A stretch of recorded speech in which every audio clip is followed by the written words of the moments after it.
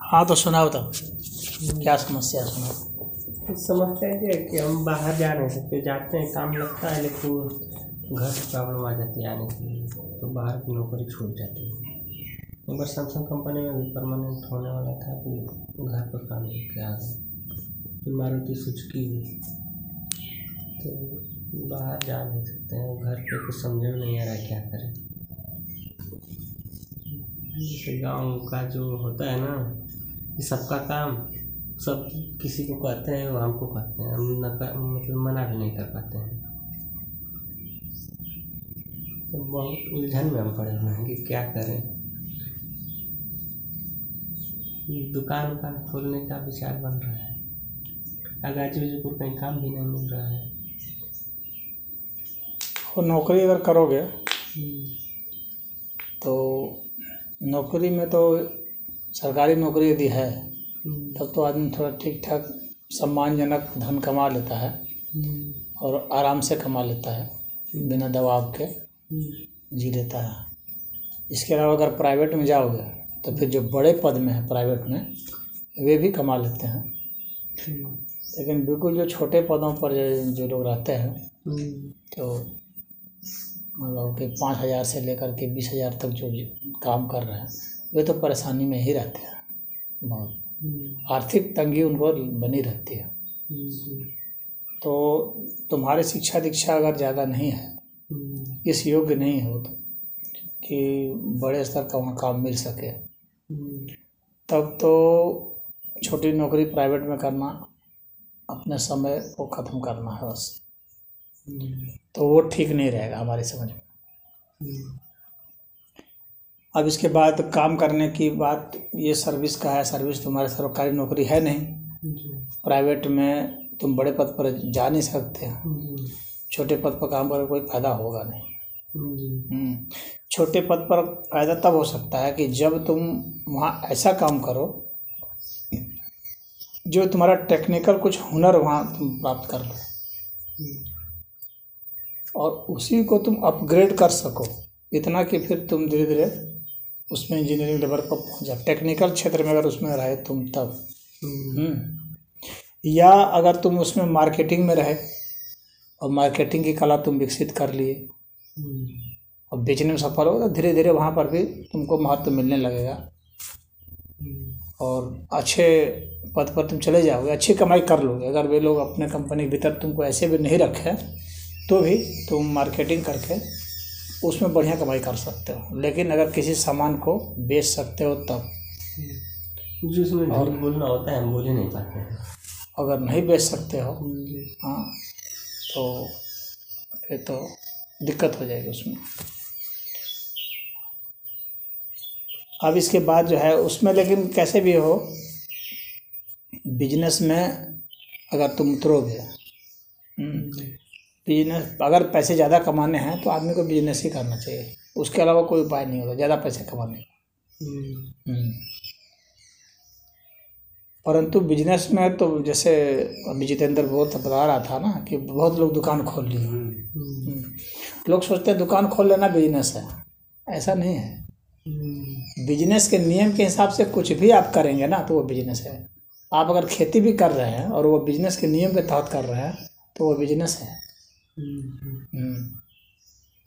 कृषि कार्य भी बिजनेस है।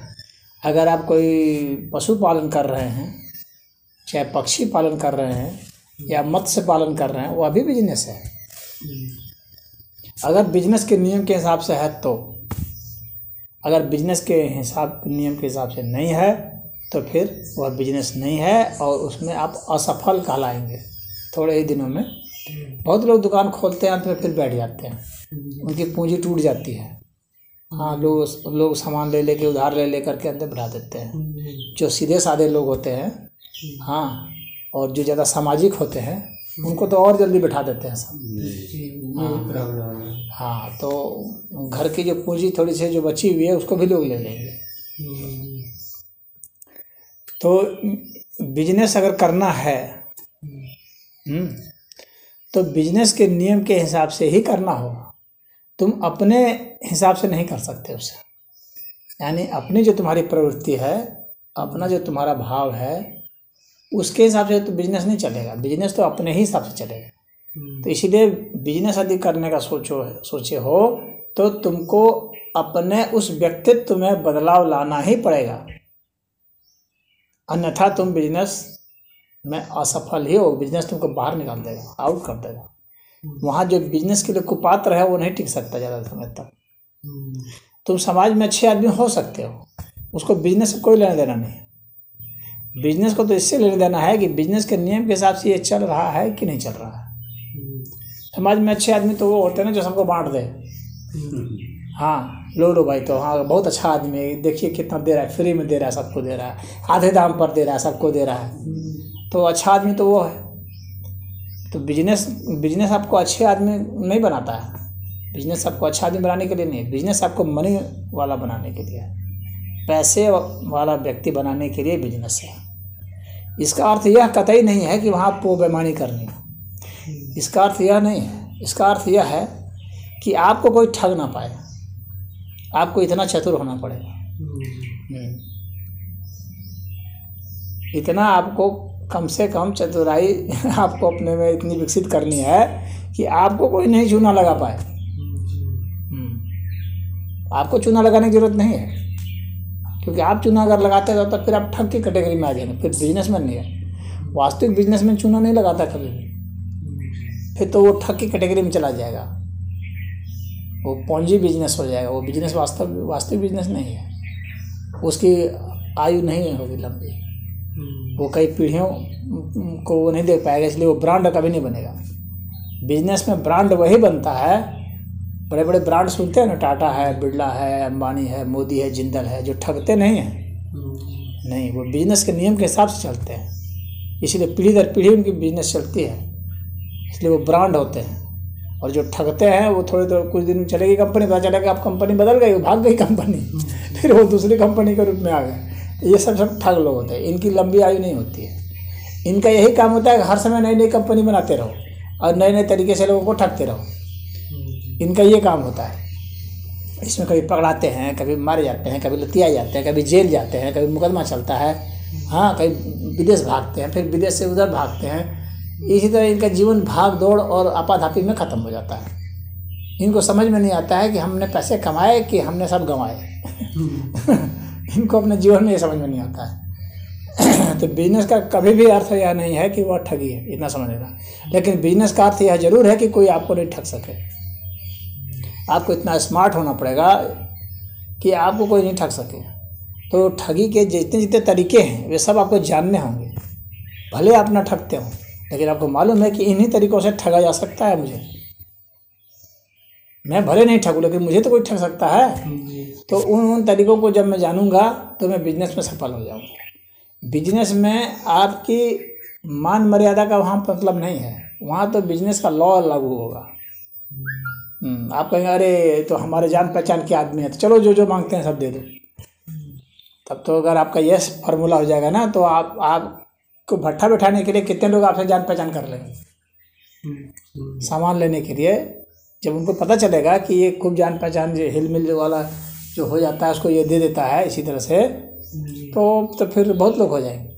इसलिए जान पहचान का मुँह देखी हुई नहीं होता है। बिजनेस में नियम है, नियम यही है कि ये 12% है तो 12%, चाहे मेरा बाप भी आएगा तो 12% दे के जाएगा। बात समझ रहे हो? 12% हमारा कमीशन है इसमें, तो कोई भी आएगा वो 12% दे के जाएगा। वो ब्रांडिंग होती है, उसमें कोई छूट नहीं होती है। हाँ ठीक है, घर में जाएंगे तो हम आपको साथ पैसा दे देंगे, आपने जितना दिया है वो हम आपको घर में दे देंगे, लेकिन बिजनेस दुकान पर नहीं देंगे। दुकान पर तो हमारा वही नियम चलेगा। समझ रहे हो? वो दोस्त हैं तो बाहर दोस्त है, दुकान के बाहर दोस्त है, दुकान में दोस्त नहीं है आप। दुकान में आप एक ग्राहक है। तुमको अपने दिमाग में इस बात को बैठा लेना पड़ेगा। तो हर बिजनेस में कोई बैठाना पड़ेगा कि मैं एक बिजनेसमैन हूँ और सामने जो है वो मेरा ग्राहक है। वहाँ रिश्ता कुछ नहीं। इसका अर्थ यह नहीं है कि आप वहाँ पर सब बेकदरी से पेश आइए, इसका यह अर्थ नहीं है। ऐसा करेंगे तो भी बिजनेस नहीं चलेगा। बिजनेस का तीसरा नियम यह भी है कि आपको सोशल होना पड़ेगा। समझ रहे हो कितनी धार है, बारीक धार।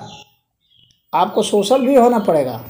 और उसको ऐसा लगना चाहिए समाज को कि ये बहुत ज़्यादा सोशल है और ये हम लोगों का बहुत केयर करता है, बहुत हम लोग के बारे में सोचता है। यह भी आपको वहाँ पर जताना है, दिखलाना है, और ऐसा वहाँ पर आपको होना है। परंतु आपका अपने जब सामान की बात जब आएगी या आप सेवा वाला कोई बिजनेस खोलते जो भी आएगी, तो फिर आप उसके साथ ग्राहक जैसा ही पेश आएंगे। वो ग्राहक है, आप दुकानदार है, उसके हिसाब से वो जो संबंध है उसके हिसाब से ही आप पेश आएंगे। हाँ, अन्य चीज़ में ठीक है, उसकी कहीं मदद हो जाएगी जहाँ वो चाहता है। कोई वो मान लो आयोजन कर रहा है, मान लो वो कहीं पता चला कि वो कोई प्रतियोगिता कर रहा है खेल करने का, आ गए सब, ये है तो भाई चंदा चाहिए, तो ठीक है दे दो चंदा, समझ रहे हो जी। तो वो उस सोशल वैल्यू को तो आपको मानना ही पड़ेगा, अपनाना ही पड़ेगा, क्योंकि अगर उसको नहीं करेगा तो आप जो एंटी सोशल हो जाएंगे। पैसा भाई उन्हीं से न कमाना है, लोगों से कमाना है। फिर अगर लोग आपको बाइकआउट कर देंगे तो आप कैसे कमा सकते हैं? तो लोगों को तो आपको लाना है, लेकिन तब जब लोग वास्तविक कारण से वहाँ पर आते हैं, एक सामाजिक कोई कार्य लेकर के, प्रयोजन लेकर के, कहीं कोई मान लो पूजा वूजा कर रहा है उसके लिए आ गया, चलो ठीक है चंदा दे दिए। हाँ, तो इसी तरह का कहीं कोई आयोजन होता है, सामाजिक आयोजन, तो उसमें आप सहयोग कीजिए, उससे आपको फायदा ही होगा, बिजनेस उससे बढ़ेगा। लेकिन अगर कोई सामान खरीदने जैसे आ जाता है तो उस वक्त तो नहीं, उस वक्त तो आप ग्राहक हैं, उस वक्त आप उतना दे कर जाएंगे। इस तरह से आपको एक बैलेंस बना के चलना पड़ेगा समाज से, कि समाज से आपका संबंध भी बहुत अच्छा बना रहे, परंतु वह संबंध ऐसा नहीं हो कि आप जो अपना सामान बेच रहे हैं तो उसको कोई ऐसे ही ले जाए। इसके बाद है कि जैसे आपने जो भी बिजनेस में सामान लिया, उधार की बात होती है, उधार देते हैं लोग, तो जैसे उधार आपने लाया, मान लीजिए कि आप 20 रुपये में लाए किसी सामान को तो यदि आप उधार भी देते हैं तो 20 रुपये से कम किसी हालत में उधार नहीं देंगे, बल्कि उसमें और थोड़ा सा रख ही लेंगे। मान लीजिए कि आपका 30 रुपये या 40 रुपये में आप बेचते हैं सामान को, जितना भी उसका दाम रख के बेचना है, तो आप जो है 20 रुपये में ख़रीदारी आपकी रही है, और प्लस लाने आने का खर्चा वर्चा ये सब मिला करके मान लो 22-23 रुपये जो भी होता होगा, तो आपको उतना कम से कम ले लेना है कि यदि ये नहीं भी वापस लौट करता है तो मैं कम से कम घाटे में नहीं रहूँगा। अपना घाटा आने जो एक बॉर्डर लाइन होती है, हाँ, हानि वाले रेखा से नीचे आपको नहीं जाना है, हानि की रेखा से सदैव ऊपर रहना है। बिजनेस का यह भी एक बहुत बड़ा नियम है, यानी फ्लैट आपको उधार कभी नहीं देना है। ये नहीं कि कोई आया 0 पैसे में ले गया, वो 0 पैसे में यदि आप किसी को दे देते हैं उधार तो आप बिजनेस के नियम को तोड़ रहे हैं, फिर आप फंस जाएंगे। इसमें कितने लोग आत्महत्या भी कर दिए, ऐसे करने वाले लोग। तुम लोग के यहाँ भी थे ना वो बाबू साहब विलास, हाँ, आत्महत्या करके भरेगा इसी में। हाँ, वो बड़ा दुकान का पहले था। हाँ, बहुत बड़ा दुकान था, बहुत वो चला। लोग सब भ्रम में रहते थे, करे बहुत बढ़िया चल रहा है, लेकिन वो मेरे पास आते थे, मैं समझ गया था। जब उन्होंने अपनी ज़मीन बेच करके फिर वो क्या, मैंने कहा कि आपने बहुत डबल मिस्टेक किया है।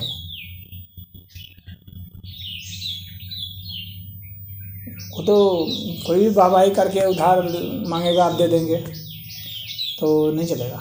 आपका जो मूल्य है, खरीद का मूल्य इतना पड़ा है, आप अधिक से अधिक उतना में दे सकते हैं। और किसको उधार देना है यह भी आपको समझ होनी चाहिए, किसको देना है किसको नहीं देना। ऐसा नहीं है कि हर कोई आया तो उसको आप उधार दिए जा रहे हैं। जिस व्यक्ति को हम दे रहे हैं आपको पहले उसकी पूरी जानकारी होनी चाहिए कि इस व्यक्ति का इतिहास क्या है, इस व्यक्ति की आय का साधन क्या है, इस व्यक्ति का व्यवहार क्या है, इस व्यक्ति की सामाजिक प्रतिष्ठा क्या है, ये व्यक्ति कितने समय यहाँ इधर रहता है, कितने समय नहीं रहता है, इस व्यक्ति की पारिवारिक स्थिति क्या है। इन सब चीज़ की जानकारी जब जुटाते हैं, जो भी दुकानदार अच्छा दुकानदार होता है ना, इसीलिए कोई ग्राहक जाता है तो उसके खाली ऐसा नहीं क्या सामान चाहिए ये समझे, बस लिया सामान दे दिया, पैसा ले लिया, ये बिजनेस नहीं है।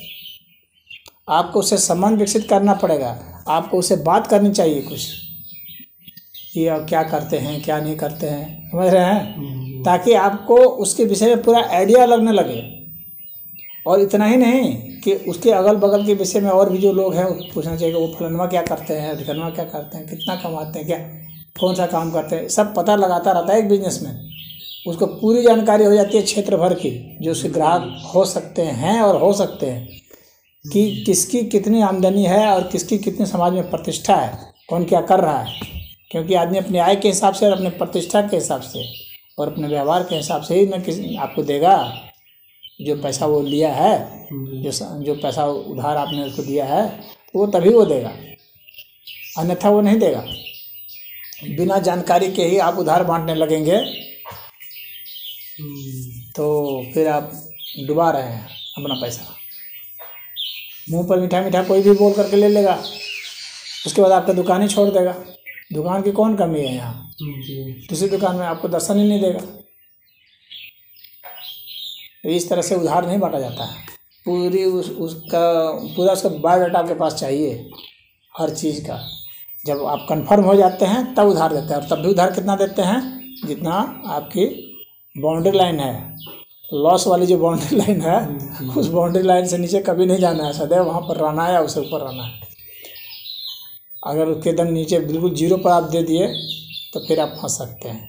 तो इसलिए बिल्कुल जीरो पर कभी अगर देना भी पड़े तो सिर्फ और सिर्फ उसको देना चाहिए जो एकदम ही विश्वसनीय है, इसके बारे में पता है कि इसकी बहुत प्रतिष्ठा है, इसको अगर एक बार भी इसको टोकने की ज़रूरत ही नहीं पड़ेगी, ये आदमी यूं ही दे देगा।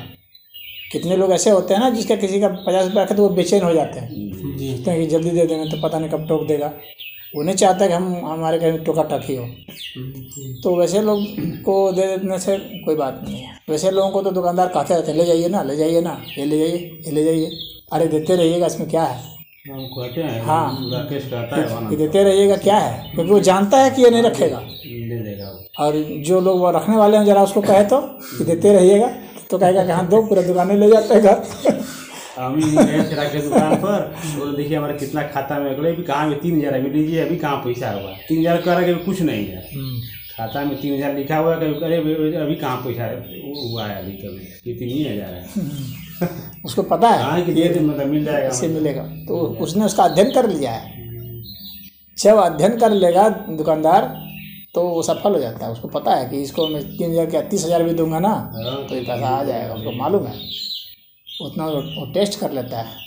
और जो घपला करने वाला उसको तो 5 रुपया नहीं देगा वो। तो ये तुमको समझना पड़ेगा। इसके बाद जब तुम इस तरह से उसको बेच लेते हो, कितना मुनाफा है कितना नहीं, ये तो तुम अपना सामान लाओगे तो देखोगे। फिर यदि कुछ ऐसा सामान तुम्हारे पास है जो कि बाजार से तुम खरीद के लाते हो और बेचते हो, तो जाहिर सी बात है दूसरे लोग भी तो लाते हैं बेचते हैं। तो सवाल है कि तुम्हारे से ही क्यों खरीदेंगे। जिसके यहाँ जितनी ज़्यादा भीड़ लगती है, जितने ग्राहक रहेंगे, जितना सामान जल्दी जल्दी बिकेगा, उतनी जल्दी उसका पैसा बनेगा। बिजनेस का यह भी नियम है। अगर सामान तुम्हारा रुक गया तो पैसा कम बनेगा। तो सामान जल्दी जल्दी बिके, इसके लिए ज़रूरी है कि ज़्यादा ग्राहक आए। और ज़्यादा ग्राहक आने का मतलब यह है कि ग्राहक तो तभी ना आएगा जब आपका व्यवहार भी अच्छा है, जब आपका सामान भी सही है और सामान का रेट भी सही है। और वही सामान जो है, जो गाजीपुर से ला करके जो इधर बेचते हैं लोग, वही दूसरे लोग भी बेच रहे हैं। कोई बेच रहा है 5 रुपया में, तुम बेचोगे 6 रुपया में, तुमसे खरीदने कोई आएगा? कोई खरीदने नहीं आएगा।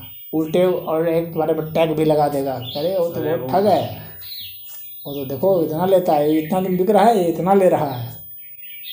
तो एक ग्राहक जो है कई लोगों का प्रचार कर देगा। अगर किसी से तुम लेने में सफल भी हो गए 5 रुपया की जगह 6 रुपया, तो 1 रुपये के कारण तुमको कितना नुकसान वो करा दिया तुमको नहीं पता चल रहा है। क्योंकि वो कईयों को सुनाएगा, वो कथा सुनाता ही रहेगा।